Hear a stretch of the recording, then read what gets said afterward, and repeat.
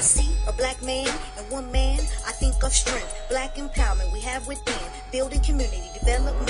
Let's continue to build our own. Let's continue to stay strong. Motivation, no matter the hate, no stopping. You just know. Listen up to Quan, John, and Queen P for giving us a voice. Speak up for what's yours and yell and make that noise. We are kings and we are queens. Melanated royalty, just getting started. Loving self, self and knowledge. Stack that wealth. Motivational motors, y'all. If your mission is to get to heaven, well, you could probably do that without the Bible. Depending on what your idea of heaven is, right? You could probably do that without it. Why? How do I know that? Because there's so many other religions where people still live fulfilled lives, even though they don't claim to be Christian or Catholic.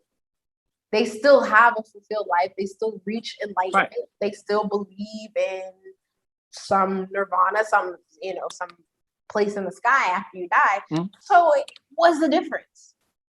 Your book is different. Your playbook is different. So just take your playbook and run with it. That's fine. But don't shove your playbook down somebody else's throat, because what works for you might not work for that other person. And so like here in Nigeria, going to church is everything. Like if we tell our in-laws that we don't go to church, it's a huge problem. Wow. When I think about religion, like I said, we have to sit now, first and foremost, how many religions they say out here? 300? No idea. It's something like that. It's crazy. But now let me take the Muslim faith, for instance. Out of all the religions, the Muslim faith is probably the one I can most understand. Not identify with, but understand. And it's not because they say that you can have 3 wives, because I be damn, I have 3 wives. They cost too much, and I be damn. You're going to talk me to death for it. That's just my opinion. Who wants 3 wives? Mm-hmm. That's just me. Men that want 3 wives, you might need some psychiatric help. But anyway, the Muslim faith, I can more, because, and the template I think about with the Muslim faith is the Nation of Islam. You understand? When I think about Muslim faith, I think about the Nation of Islam. So when I think about the Nation of Islam, I think about dudes that are clean, very dedicated, and very disciplined, and they sharp. You know what I mean? So when I see your random dude talking about that he Muslim, but he smoking a cigarette and his beard is thick, and he don't take care of his kids, I'm like, you ain't Muslim. Oh, but I believe in Allah. That's your business. Like if you look at Elijah Muhammad, who is the leader of the Nation of Islam, he had a situation going on. He has situations. He's human. He was human. Exactly. He was human. So just like any religion, no matter what it is dealing with humans, and nobody's perfect. And anybody who claims to be, that's running a church or is at the top of a religion, those are the people that they're clever because they can get millions of people to follow them. Because most dudes, when they come home from jail, they Muslim for some reason. I don't know. For some reason. I met a lot of dudes, when they come home from jail, they Muslim. But when they come home, the dudes that I know, when they come home from jail, they revert back to the same way that they were before they got out of jail. You understand? So how has that religion or your understanding of it or your your conversion to it, how has it changed your life? I could be around these dudes all day. I ain't seen them pray not one time to Mecca. You know what I mean? Yeah. So, but they want to spit it to you. Now, my point is they want to spit it to you, but I'm Muslim. And it's like it's the same thing with someone that's Catholic or Christian or Baptist, but I'm Baptist. So what, man?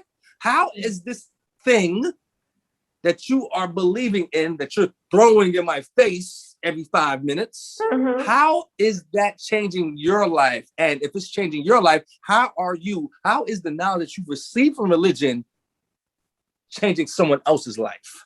Because that's my point. If you are not getting into your religion, and if you're not getting into this world, if the fundamental purpose is not to change the life of others, you're wasting your time. I'm not a hater, first and foremost. Maybe it's because I was born into a very fortunate situation, and I got love for thyself, which allows me to love my fellow man and woman. I'm not a hater, never been. So even the pastors that got $40 million in their bank account, I don't hate on them for a few reasons. One, we live in a capitalism society. Okay. People don't know what capitalism means. Capitalism is I make money off your blood, sweat, and tears. Period. That's what capitalism is. It's cut and dry. I make money off your back, off you doing the work. Cool. You know what I'm saying? So you got these pastors that got, how the hell the pastor got the Porsche, or the pastor got the mansion and all that? You know why? Because you gave him your money. That's why. Right. That's true. That's how. You can't hate on that, man. And like you said earlier, this man is a mere mortal, a human. This man found a legal hustle. Listen, you're running a church, you need money. There's no way to open a church without money. To do all the things you're doing, you need money. Be real about it and say that's what it is. I went to this one church event or whatever with a friend of mine. And the dude, there was this whole show. Like, there was lights and music. They had a stage, and I felt like I was in the club. Like, it was a whole show. And then after they're done performing, the pastor comes on, and he's talking about collection, receiving money. And he goes on to say that, understand that this is not money for me. This is money for God. This is your sacrifice to God. And I'm like, how, bro? God don't need money. God don't need my money. It's a racket. You need my money. If you were just like, listen, we have this event coming up and we broke. We ain't got it. So help us out or help a brother out. Put money in this because this is what we're going to use it for. Okay. Bet, I got you. I'll put money in the collection plate. But don't tell me that my money's going to God, because no, it's not. No, it's not. And so, like, I find that really annoying. But I think that's the hypocrisy side of it. That's what that is. But not everybody's like that. I can't say, like, there are people that I'm really close to that are either devout Christians or devout Catholics that I feel like there's nothing wrong in their beliefs or the way they're living their life, because I feel like they're doing it the right way. I feel like there are people who are religious that are doing it the right way. To believe what you believe, there's nothing wrong with that, but it's what you do with that belief. Now, most people take that belief and they use it as a facade to have their way with other people. But for somebody to take on that belief, let's say to be a Christian, and to them, a Christian means to follow. If you read the Bible, it's like follow the path that Jesus wanted you to follow. The type of person that Jesus wanted you to be, or not necessarily what he wanted you to be, but the type of person that he was and what he was about and what he did and what he wouldn't do. So that's what it means to be a Christian, is to be as close to Jesus as possible in your personality. I agree. Right. I agree. So people who read the Bible to try to understand who Jesus was or understand the role that God plays in your life, if they use that information to form their lives so they can live wholesome, I guess, so they can live a fulfilled, happy life, and they don't have to worry about drama because they're not taking part in it or they remove it from their lives. People who do that, I feel like, are doing it the right way. Whether or not their plan is to get to heaven is irrelevant to me, because I don't think that matters one way or another. Because there are people who are devout Christians that are probably one of the nicest people I've ever met. It could be a facade. It could be a lie. And they're only human, and I'm sure they could make a mistake. But a lot of people try to use the Bible as a template to be a better person, to be the best person they can be. Now, that's an interesting point you brought up, that you've met people that are devout, religious people that are probably the nicest people you've ever met. I don't think it has anything to do with their religion. And that might I think that they are naturally nice people that happen to be religious. But the religion can map out, it can help their actions. So if you're saying, like, if you're a Christian, right, and let's say, I don't know, if you get into a situation that if you're not Christian, you would react one way, but since you are a devout Christian and you plan on following the footsteps of Jesus, then you would react differently. And those reactions, all of those decisions that you make is because you're a Christian, and they can lead to you being a different type of person. Maybe. Now, prayer.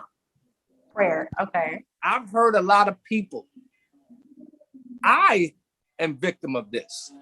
That think I'm gonna just keep, like Biggie said, keep my hand gripped, praise the Lord ish, right? Mm-hmm.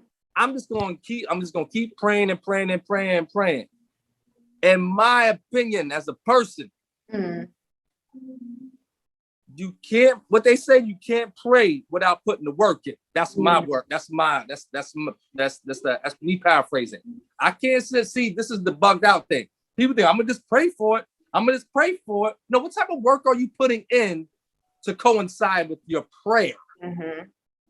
And check it. You got now you got a lot of people that were religious that turned atheist because of that simple fact. They were religious people and they believe in their heart that they prayed for whatever, and it never came to fruition that means that there's no God. It's absolutely absurd. You understand what I just said? They felt like this. They sat here and prayed for something because, in my opinion, if Quan John wants something very passionately, and I want it, and I don't get it, now my logic kicks in.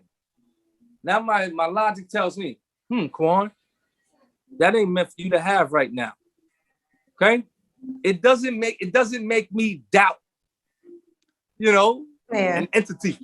Yes. See, and I think that's where the irrational thinking comes in with when you have religious people. Now, don't get me wrong. When something good or bad happens, Quan John, I say, that's God. Mm-hmm. That's God. Good or bad. Right. Good or bad. I feel like one of the blessings in my life was when I met James. Now, let's remove the fact that I'm in love with him and he's my husband and stuff, but just because of what he did for me and my life in that moment. So meeting him actually was a huge turning point in my life, and he didn't even know. And it had nothing to do with our relationship. This was before we even fell in love with each other. Just the day I met him, something significant had happened that day, the day that I met him. Right. Okay. And I wasn't even trying to talk to him because of what was happening. And at that point, I was like, I'm closing my account anyway, so we ain't fitting around. I'm not really trying to talk to you. But there was something that he had said in his message to me. That's the first time he ever reached out. That was a little too spot on what I was dealing with at that moment. It was too perfect. And then it led to me giving him my email after I closed the account and all that other stuff. And then, we are here now. That was one of the biggest blessings that I feel like I've ever received in my life. And I didn't do anything to get it, as far as I know. I didn't put in any work. I didn't, I didn't do anything that I know of that would give me a blessing like that. But there is one thing that I've always done my whole life, no matter what. What? I've always been obedient. The attribute of obedience is a virtue in life. A person should be obedient without having any religious connection. Sure. You understand? When I say obedient could come in different shape, form, or fashions. Obedience can come, you know what? Like you said, when you feel like you need to do something, you listen, you obey thyself. Or if you are in a certain situation that you feel you deem to be a great situation that you want to benefit from, you're going to be obedient. You understand? Because you're trying to get something out of it. Okay? That's where I think obedience comes. I'm trying to benefit from. I don't think that we are obedient just for the sake of being obedient. I think that, in my opinion, I don't know. In my opinion, that's just mine. That's just mine. I've This had is mine. situations where I've wanted something. Like I really wanted something. Well, And it don't I have to be got nothing that voice tangible in my either. But head go ahead. telling me, well, yeah, maybe not. But I've had that voice in my head where it's like, nope, you can't have that. You can't do it. So I don't pursue it. And I don't get it. Well, let me reiterate what I was saying. Okay. I don't mean you're consciously saying, hey, I want this out of it, so I'm going to play the role to get it. No. Like, I deem myself to be a very obedient guy too. One, it's a habit. Yeah. Segue to habitual habitats on Amazon right now. Go cop that. And I feel like it's easier. It's true. It's True. easier. And at the end of the day, I it makes me feel better to be obedient. It makes me feel better. Now you got the other person in the world that I know people, man, that do heinous acts. They engage in heinous, and I can't, you know what? Let's not even call them heinous, just because I wouldn't do it. I can't. They engage in things that I wouldn't do. Okay. Even if I were placed in their situation, I wouldn't do that. They commit these heinous acts, right? And then they expect a great outcome from it. They expect. When you saying that, it's so many people pop up in my head. I'm like, yep, that's that. And I think that's that's one of the attributes of a narcissist. And that it comes from habit. You know what I'm saying? It comes from a habit. And we're not swaying off from religion, but I'm just letting, because these people that I'm talking about, and my belief, they believe in God. They believe in a God. So this is not an atheist now. So let's not. They believe in a God, but they believe this is what they.